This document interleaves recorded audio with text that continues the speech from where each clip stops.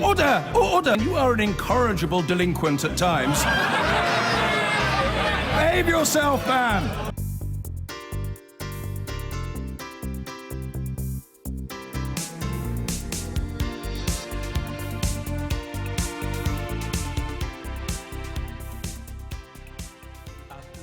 Let's return to our top story now. Consumers and holidaymakers could face a multi-million-pound hit if there is a no-deal Brexit. Technical papers released by the government today reveal a no-deal would result in a likely increase in the cost of card payments between the UK and the EU. Meanwhile, new medicines would need additional UK approval before they can be made available to patients. Let's get the view now of two very high-profile people, Conservative MP John Whittingdale and also the Labour MP Chuka Umunna, to discuss this further. Gentlemen, great to have you on the programme this morning. John Whittingdale, let's start with you. So is a no deal good for Britain, given the scenarios that these papers express and explain? Well, I've always been clear that I would like to see a deal with the European Union. We will have a basic arrangement in any case under WTO, but I would like to get a specific deal, maybe building on the Canada-style deal. But it is sensible to start at least setting out the requirements which we would need to have if there weren't a deal. And actually, I think by making it plain that we are preparing for that as a possible outcome, it's actually going to make it more likely that we will get an arrangement with the European Union. Because for every cost that is identified which might be felt by British consumers, you can make the same case for European consumers. No deal is not a great outcome for anybody, and that's why I'm still optimistic that an arrangement can be found. Are you as optimistic, Chuka Umunna? Well, it wasn't supposed to be like this. Dominic Raab, the Brexit Secretary, was part of the Vote Leave campaign, along with Boris Johnson, Michael Gove and many government ministers. And that campaign, the Vote Leave campaign, asserted that there would be a deal. We were never told that we would be in a situation as we are today, just a few months, less than a year before the scheduled departure. We have a government minister standing up and giving a speech to the nation saying that we're going to have to stockpile 6 weeks' worth of medicines because of the prospect, potentially, of us leaving the European Union with no deal. And that's before you consider the other aspects of this, which is the increased tariffs on goods, increased customs checks, which will create huge problems. And I'm not saying that, well, I am, but the people in various different industries, listen to the Road Haulage Association, are saying that. And this is all exacerbated by the utterly chaotic way in which the government has been handling these negotiations. It hasn't been able to agree with itself, never mind with the European Union, until very, very late in the day. Yeah, let's get the views, John Whittingdale, your opinions on that, because it is rather embarrassing, isn't it? 7 months to go before we exit, just 8 weeks before an EU leader summit where all of this was originally meant to have been organised by now. Why is this happening just now? Well, I made clear right from the start that I thought we should make preparation for a possible no-deal outcome, simply because that was a sensible thing to do, and also because it would indicate to our European partners that we were serious. Now, I mean, so in a way, what I would like to have seen is the kind of publication that we've had today made a great deal earlier. But actually, I'm still optimistic that a deal can be achieved.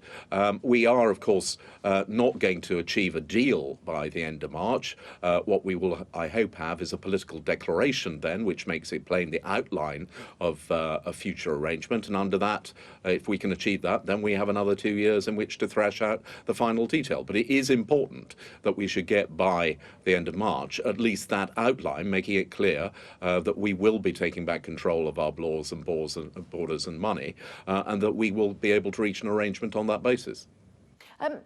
Chuka, let's get your opinion on what Dominic Raab said about, the scaremonger, he described it as a scaremongering elements of looking ahead to a no deal. He did try to reassure people, saying legislation is in place, extra personnel have been brought in to deal with the bureaucracy, and extra funding has also been earmarked by the Treasury. Does that not reassure you?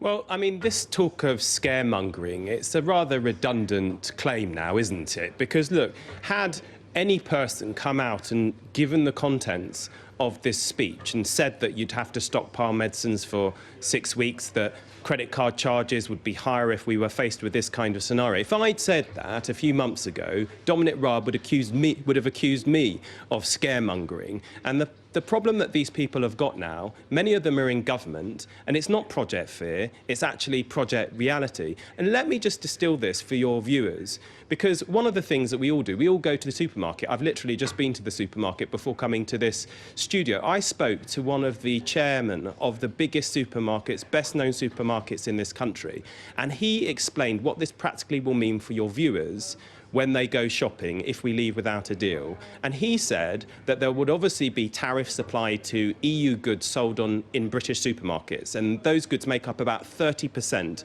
of what is on supermarket shelves. You're looking at 40% tariffs on lamb and beef, 22% on chicken, 15% on apples. Now, not all of that will be passed. Well, John shakes his head. This is somebody who runs a supermarket. You don't run a supermarket. No, and but he we is are clear the that on government, average, so therefore we're we looking at set about tariffs. 10% increase on costs. If Yes, any but- tariffs that are set will be the decision of the British government. We don't need to set any tariffs at all. It will Yes, be you entirely do. up to us. But the Therefore, problem that if you've we got- want yes. to have non-tariffs, we will keep non-tariffs. Yes, and I put that to him, and I said that people like Jacob Rees-Mogg and yourselves come out with that. Now, of course, if we were to do that and we didn't apply any tariffs whatsoever to any goods coming into this country, and under WTO rules, if we apply 0% tariffs to EU goods, we're going to have to apply it to a whole load of other goods coming from other countries too. We completely lose our leverage in the trade negotiations. You and others have been going around saying we're going to get all these wonderful trade deals. Well, if you immediately, unilaterally go to 0% tariffs, please tell me where your leverage is going to come from.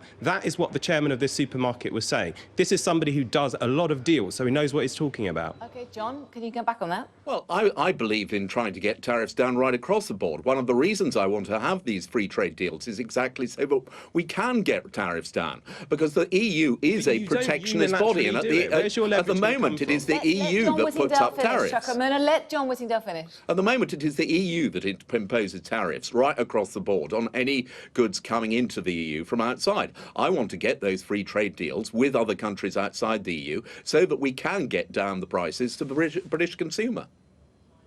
The problem with all of this is all wishful thinking, right?